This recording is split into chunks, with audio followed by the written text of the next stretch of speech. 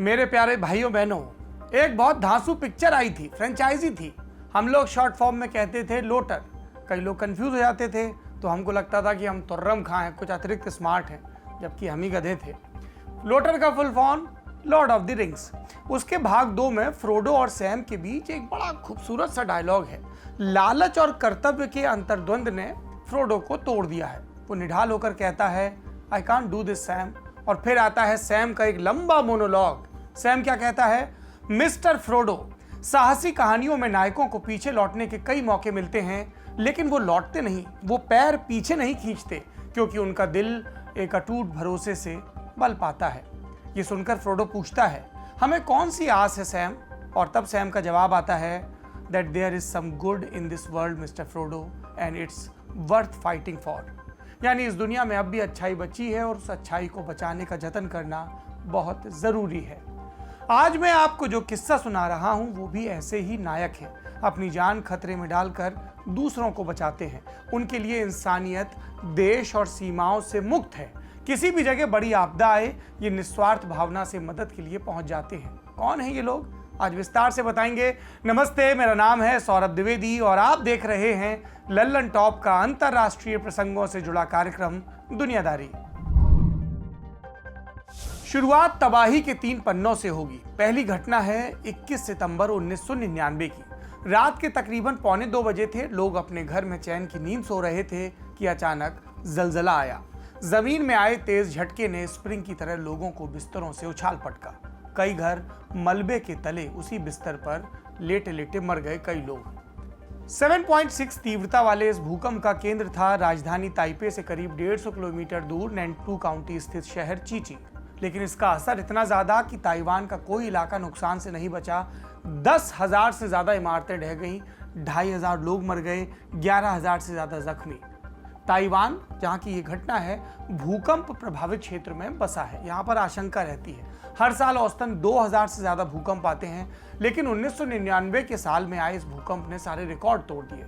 इस बरस यहाँ और भी भूकंप आए। टोटल कितने? लगभग 50,000। और इसमें सबसे विनाशकारी था सितंबर 1999 का चीची में आया भूकंप। ये 20वीं सदी में आया ताइवान का सबसे बड़ा भूकंप था। अब दूसरी घटना की तरफ चलते हैं। ये ईरान की है। तारीख थी 26 दिसंबर 2003। सुबह के ठीक 5:26 हुए जब ईरान में एक प्रलयकारी भूकंप आया। ईरान के दक्षिण पूर्वी हिस्से में करमन नाम का एक प्रांत है और यहाँ पर एक शहर है बाम। यही शहर उस रोज आए भूकंप का केंद्र था। भूकंप से पहले शहर की आबादी थी 97,000 के लगभग और इसमें से 26,000 से ज्यादा लोग भूकंप में मारे गए। पूरे ईरान को मिलाएं तो लगभग 40,000 लोगों की मौत हुई और 50,000 से ज्यादा घायल। अब तीसरी घटना का जिक्र करते हैं। 26 दिसंबर 2004 की ये घटना है। हिंद महासागर में बसा एक देश है इंडोनेशिया। यहाँ सुमात्रा नाम का एक बड़ा द्वीप है। 26 दिसंबर को यहाँ सुबह के 7:58 का वक्त था जब सुमात्रा की पश्चिमी तटरेखा से करीब 240 किलोमीटर दूर समंदर की सतह में 9.1 तीव्रता का एक भीषण भूकंप आया। जमीन फट गई। समुद्री सतह में हुआ ये फ्रैक्चर 8 मिनट के भीतर करीब 1100 किलोमीटर के इलाके में फैल गया। और आपको पता है इस भूकंप से कितनी ऊर्जा रिलीज हुई? नागासाकी पर गिराए गए एटम बम से जितनी एनर्जी निकली थी उससे लगभग 23,000 गुना ज्यादा। इसने समंदर को जैसे मथ दिया। करीब 800 किलोमीटर प्रति घंटे की रफ्तार से समुद्री लहरें किनारे की तरफ दौड़ी। इन लहरों की ऊंचाई 130 फीट तक थी। भारत समेत कुल 14 देश इससे प्रभावित हुए। 2.25 लाख से ज्यादा लोगों की मौत हुई। सबसे ज्यादा नुकसान इंडोनेशिया में। अकेले इस देश में 1.5 लाख से ज्यादा लोग काल कवलित हो गए। इस घटना को मानव इतिहास द्वारा झेली गई सबसे बड़ी प्राकृतिक आपदाओं में गिना जाता है। हमने आपको 3 घटनाएं सुनाई। इन तीनों में क्या कोई चीज कॉमन थी? तीनों बड़ी प्राकृतिक आपदाएं थी। तीनों में जानमाल का नुकसान हुआ। इन 2 समानताओं के अतिरिक्त एक और समानता थी और इस कम्युनिटी का नाम है टोपोस। अब ये क्या चीज है? ये एक स्वयंसेवी संगठन है। जब भी कोई बड़ी आपदा आती है ये मदद के लिए पहुंच जाते हैं। इनकी एक्सपर्टीज है मलबे में फंसे लोगों को निकालना। जब भूकंप वगैरह के चलते इमारतें ढह जाती हैं तो उसके नीचे आने वाले सारे लोग फौरन नहीं मरते। कई बेहोश हो जाते हैं, कई इतने चोटिल कि खुद को मलबे से निकाल नहीं पाते। अगर ऐसे लोगों को जल्द सहायता मिले, मलबा हटाकर जल्द से जल्द रेस्क्यू कर लिया जाए तो जान बच सकती है। और यही काम टोपोस करता है। वो मलबे के नीचे दबी जिंदगियों को खोजता है, वहां फंसे जिंदा लोगों को जल्द से जल्द बाहर निकालने की कोशिश करता है। हमने आपको जिन आपदाओं के बारे में बताया, इन तीनों में टोपोस ने राहत कार्य किया। इस संगठन ने और भी कई आपदाओं में अपनी सेवा दी। भूकंप, सुनामी, लैंडस्लाइड, गैस लीक या बम धमाके जैसे ब्लास्ट के चलते बड़ी इमारतों का ढह जाना, खदान का कोलैप्स होना, जब भी इस तरह की कोई दुर्घटना होती है तो इस संगठन के स्वयंसेवक घटना स्थल पर पहुंचकर मदद मुहैया कराते हैं। कहाँ का है ये संगठन? नॉर्थ अमेरिका में एक देश है मैक्सिको, यहीं का संगठन है टोपोस। मैक्सिको में बोली जाती है स्पेनिश भाषा और इसी का एक शब्द है टोपो। क्या मतलब होता है इसका? इन छछूंदर महाशय को अंग्रेजी में कहते हैं मोल और स्पेनिश में टोपो, और इसी टोपो का बहुवचन है टोपोस। इन्हीं के नाम पर संगठन को अपना नाम मिला। आप सोचेंगे छछूंदर भला कैसा नाम हुआ, लेकिन अगर आप ये सोच रहे हैं तो मैं आपको छछूंदर का एक गुण बता देता हूँ, शायद उसके बाद आप घिनयाना कुछ बंद कर दें। वो जानवरों की दुनिया का बहुत उम्दा सिविल इंजीनियर है। साइज में एकदम छोटा, लेकिन जमीन के भीतर सुरंगों का एक जटिल नेटवर्क खोद डालता है। और इन सुरंगों को समझिए उसका अंडरग्राउंड हाईवे सिस्टम। टनल्स खोदना, दक्षता से रेंगते हुए सकरी सी जगह में आर पार हो जाना, रेंगते हुए मलबे में घुसना और वहां फंसे लोगों को निकालना। टोपोस वॉलंटियर्स ऐसे ही काम करते हैं। जब आप इस संगठन के नाम को इस संदर्भ में सुनेंगे तो आपको लॉजिक समझ में आ जाएगा। अब सवाल है कि ये संगठन कब बना और क्यों बना। इसके गठन की कहानी भी एक आपदा से जुड़ी है। 36 साल पुरानी बात है। सितंबर 1985 में मैक्सिको के भीतर 8.1 रिक्टर स्केल का एक बड़ा भूकंप आया। अकेले राजधानी मैक्सिको सिटी में 30,000 से ज्यादा इमारतें धराशायी हो गई। इन इमारतों के मलबे तले सैकड़ों लोग फंसे थे जिन्हें जल्द बाहर निकालने की जरूरत थी। और बर्बादी का स्केल इतना ज्यादा था कि राहत कार्य सिर्फ सरकारी संस्थानों के वश में नहीं था। ऐसे में कई नागरिक मदद के लिए सामने आए। इन्हीं में से कुछ आम नागरिकों ने एकदम फुर्ती में एक संगठन बनाया और मलबे में फंसे लोगों को खोजने और निकालने में प्रशासन की मदद की। आपदा बीत गई, लेकिन जानमाल का बहुत नुकसान हुआ था। 10,000 से ज्यादा लोग मारे गए थे। ऐसे में बचाव कार्य करने वाले कुछ वॉलंटियर्स साथ बैठे और उन्होंने परामर्श किया कि ऐसी आपदाओं के लिए एक स्वयंसेवी संगठन बनाना चाहिए, ताकि भविष्य में ऐसी कोई दुर्घटना हो तो बिना समय गंवाए इकट्ठा हों और लोगों की मदद करें। लेकिन आपदा तो कई स्तरों पर प्रभावित करती है। वॉलंटियर्स के सामने सवाल था कि वो आपदा से जुड़े किस पहलू पर काम करें। तय हुआ कि सबसे जरूरी है मलबे में फंसे जिंदा लोगों को रेस्क्यू करना, ताकि जिन्हें बचाया जा सकता है बचा लिया जाए। और यही सोचकर इन वॉलंटियर्स ने संगठन बनाया और नाम रखा टोपोस।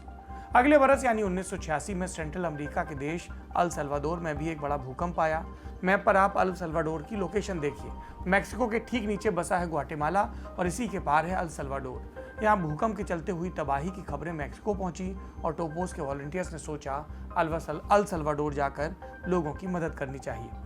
और सिलसिला शुरू हुआ तो स्थानीय स्तर पर शुरू हुआ। टोपोस एक नया नाम पा गया। क्या नाम है स्पेनिश में? रेस्काते इंटरनाशियोनल टोपोस। रेस्काते इंटरनाशियोनल मतलब रेस्क्यू इंटरनेशनल। यानी अब तक इनका दायरा सिर्फ मैक्सिको तक सीमित था, लेकिन अब अपने ये देश की सीमा के परे जाकर दुनिया की मदद करने लगे। अपने 36 साल के अस्तित्व में ये संगठन मैक्सिको की तकरीबन हर प्राकृतिक आपदा में सेवा दे चुका है। 5 कॉन्टिनेंट मिलाएं तो अब तक 70 से ज्यादा आपदाओं में बचाव कार्य कर चुका है। और सिर्फ प्राकृतिक आपदा नहीं, 9/11 जैसे आतंकवादी हमले में ध्वस्त हुए वर्ल्ड ट्रेड सेंटर के मलबे से भी इसने लोगों को बाहर निकाला है। अब रोज पूछा जाने वाला सवाल हमारे सामने आकर खड़ा हो गया, नहीं गर्मी बहुत है, बैठ भी सकता है। हम ये सारा इतिहास आज क्यों बता रहे हैं? इसकी वजह है अमेरिका में एक हादसा हुआ। फ्लोरिडा नाम का प्रांत है, वहाँ पे एक शहर है मायामी। 24 जून को देर रात करीब 1:30 बजे यहाँ एक 12 मंजिला इमारत ढह गई। इसमें अब तक 12 लोगों के मारे जाने की पुष्टि हुई है। 149 लापता हैं। आशंका है कि मलबे के नीचे दबे हैं। घटना को 1 हफ्ता बीत चुका है, लेकिन मलबे को पूरी तरह हटाया नहीं जा सका। ऐसे में अंदर फंसे किसी सर्वाइवर के बचने की उम्मीद धुंधली हो चुकी है। बावजूद इसके लोगों ने उम्मीद नहीं हारी, रेस्क्यू की कोशिश जारी है। इस हादसे के बाद मदद के लिए इजराइल ने अपने एक्सपर्ट्स की टीम भेजी। मदद के लिए आने वालों में एक नाम टोपोस का भी है। 28 जून को उसके भी 10 वॉलंटियर फ्लोरिडा पहुंचे, मदद की पेशकश की, लेकिन प्रशासन ने टोपोस को इसकी इजाजत नहीं दी। और इसे लेकर बीते दिन यानी 30 जून को अमेरिकी मीडिया ने प्रशासन से सवाल पूछा। यहाँ लोकल एडमिनिस्ट्रेशन और राहत कार्य की कमान संभाल रहे हैं एलन कॉमिंस्की। वो मायामी दमकल विभाग के प्रमुख हैं। 30 जून को एक प्रेस कॉन्फ्रेंस में घटना से जुड़े अपडेट दे रहे थे तो मीडिया ने पूछा टोपोस को बचाव कार्य में क्यों नहीं शामिल किया। और इन महाशय का जवाब था, मैं जानता हूं कि हर कोई मदद करना चाहता है, लेकिन हमें सुनिश्चित करना होगा कि प्रशिक्षित लोग ही बचाव कार्य करें। मैक्सिको से आया वॉलंटियर ग्रुप और भी कई तरह से हमारी मदद कर सकता है। इस जवाब के बाद प्रशासन के टोपोस के स्वयंसेवक निराश नहीं है। उम्मीद है प्रशासन उन्हें मदद करने देगा। इस बारे में बात करते हुए संगठन के एक वॉलंटियर एड्रियन साल्वाडोर ने न्यूज एजेंसी रॉयटर्स से एक टिप्पणी की, हमें उम्मीद है जल्दी हमारी सहायता स्वीकार की जाएगी, तब हम घटनास्थल पर पहुंचेंगे, चुपचाप अपना काम करेंगे, हमें अपना काम करना बखूबी आता है। कितनी बड़ी टीम है टोपोस की? इसमें 300 से ज़्यादा सदस्य हैं और इनके सदस्य सिर्फ मैक्सिको के नहीं हैं, 1 दर्जन से ज़्यादा देशों के लोग इनकी टीम का हिस्सा हैं। अलग अलग पेशे, अलग अलग बैकग्राउंड के लोग। और ये ऐसा नहीं जो प्रशासन कह रहा है कि बिना किसी ट्रेनिंग के पहुंच जाते हैं कुदाली फावड़ा लेके। इन स्वयंसेवकों ने डिजास्टर रिलीफ की ट्रेनिंग ली है, आपातकालीन चिकित्सीय सेवा का भी प्रशिक्षण है। इस ग्रुप में युवाओं से लेकर 70 पार तक के बुजुर्ग भी हैं। टीम के सबसे वरिष्ठ सदस्य हैं हेक्टर मेंडेज। वो अमेरिका गई टीम में शामिल हैं, 74 साल के हैं, पेशे से अकाउंटेंट हैं और काम से छुट्टी लेकर इस वॉलंटियर वर्क पर जाते हैं और वो इस टीम के सबसे शुरुआती स्वयंसेवकों में से भी एक हैं। उन्होंने वॉशिंगटन पोस्ट अखबार से बातचीत करते हुए कहा, 1985 में आए मैक्सिको के भूकंप के समय मैंने 3 लोगों को जिंदा मलबे से निकाला और तब से मेरी जिंदगी बदल गई। तय किया जब भी जहां भी आपदा आएगी मदद के लिए जाऊंगा। जब आप मौत देखते हैं तो आपके पास किसी की जान बचाने का मौका होता है और आपके भीतर मौजूद मानवता को बचाने का जज्बा जाग जाता है और आपकी जिंदगी बदल जाती है। मैक्सिको के लोग टोपोस वॉलंटियर्स को नायक मानते हैं। घटनास्थल पर उनके पहुंचते ही भीड़ तालियां बजाकर स्वागत करती है। बचाव कार्य करते समय जब ग्रुप के लोग हवा में हाथ उठाकर इशारा करते हैं तो भीड़ पिन ड्रॉप साइलेंस के मोड में चली जाती है। जानते हैं क्यों? क्योंकि मलबे में फंसे जिंदा लोगों को खोजने के लिए वॉलंटियर्स को शांति चाहिए, ताकि वो धीमी से धीमी आवाज़ सुन सकें जो मदद के लिए किसी कराह की शक्ल में आ रही है। और फिर उनके हाथों लोग बचते हैं और उनका परिवार इन वॉलंटियर्स को देवदूत कहता है। क्या ये राहत कार्य करना सरल है? क्या मलबे में फंसे लोगों को निकालने में कोई रिस्क नहीं? रिस्क है, जान जाने का खतरा भी है, लेकिन टोपोस के स्वयंसेवक सारे खतरे समझते हुए जान दांव पर लगाते हैं। उनका मोटो है, जिंदगी बचाने की कोशिश में कुछ भी हो जाए परवाह नहीं। इसी बात पर अहमद फराज का एक शेर सुनिए, क्या लिखते हैं जनाब, शिकवाए जुल्मत शब से तो कहीं बेहतर था अपने हिस्से की कोई शम्मा जलाते जाते। यानी रात के अंधेरे की शिकायत करने से बेहतर था रोशनी जलाकर अंधेरा मिटाने की कोशिश करना। आज की दुनियादारी में बड़ी खबर यही। अब सुर्खियां। पहली सुर्खी चीन से।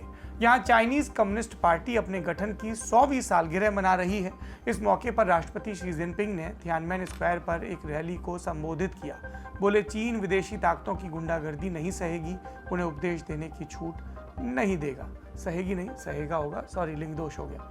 ऐसा करने वाले देश याद रखें, उनके आगे 140 करोड़ की आबादी वाला देश एक मजबूत स्टील की दीवार की तरह खड़ा है। दुनिया को धमकी देने के अलावा जिनपिंग ने अपनी पार्टी के गुण गाए। कहा, कम्युनिस्ट पार्टी ने चीन को अपमान और गुर्बत से मुक्त किया। जिनपिंग का ये भाषण एज यूजुअल प्रोपेगेंडा से भरपूर था। मसलन ये दावा कि चीन ने कभी किसी देश को बुली नहीं किया, किसी का दमन नहीं किया, ये सफ़ेद झूठ से ज़्यादा कुछ नहीं। मन कर रहा है जैसे कोई ऐसा झूठ बोलता ना और पीछे से पटाख से कोई टीप देता है। और बेशर्मी देखिए, उसी तियानमेन स्क्वायर पे ये ज्ञान बखार रहे थे जहां लोकतंत्र की मांग करने वाले अपने नागरिकों को जान से मार दिया था चीन ने। दूसरी सुर्खी कनाडा से है। यहाँ अप्रत्याशित गर्मी पड़ रही है। ब्रिटिश कोलंबिया नाम का एक प्रांत है। लू के चलते 5 दिन में यहाँ कम से कम 486 लोग काल कवलित हो गए। अब आप कहोगे आज ये शब्द बहुत इस्तेमाल कर रहे हो, आ रहा है जबान पे। खैर, लू पर लौटते हैं। तापमान 49.5 डिग्री सेल्सियस तक, ये अधिकतम तापमान कनाडा का नेशनल रिकॉर्ड है। एक्सपर्ट कह रहे हैं ग्लोबल वार्मिंग है। डोनाल्ड ट्रंप को बता दीजिएगा एक्सपर्ट क्या कह रहे हैं। वैसे वो सुनते नहीं हैं। ये कुछ नेताओं में होता है, विद्वानों से, विद्वता से, ज्ञान से उनको परहेज होता है। आज की दुनियादारी में इतना ही। अपना ध्यान रखिए। शुक्रिया। शुभ रात्रि।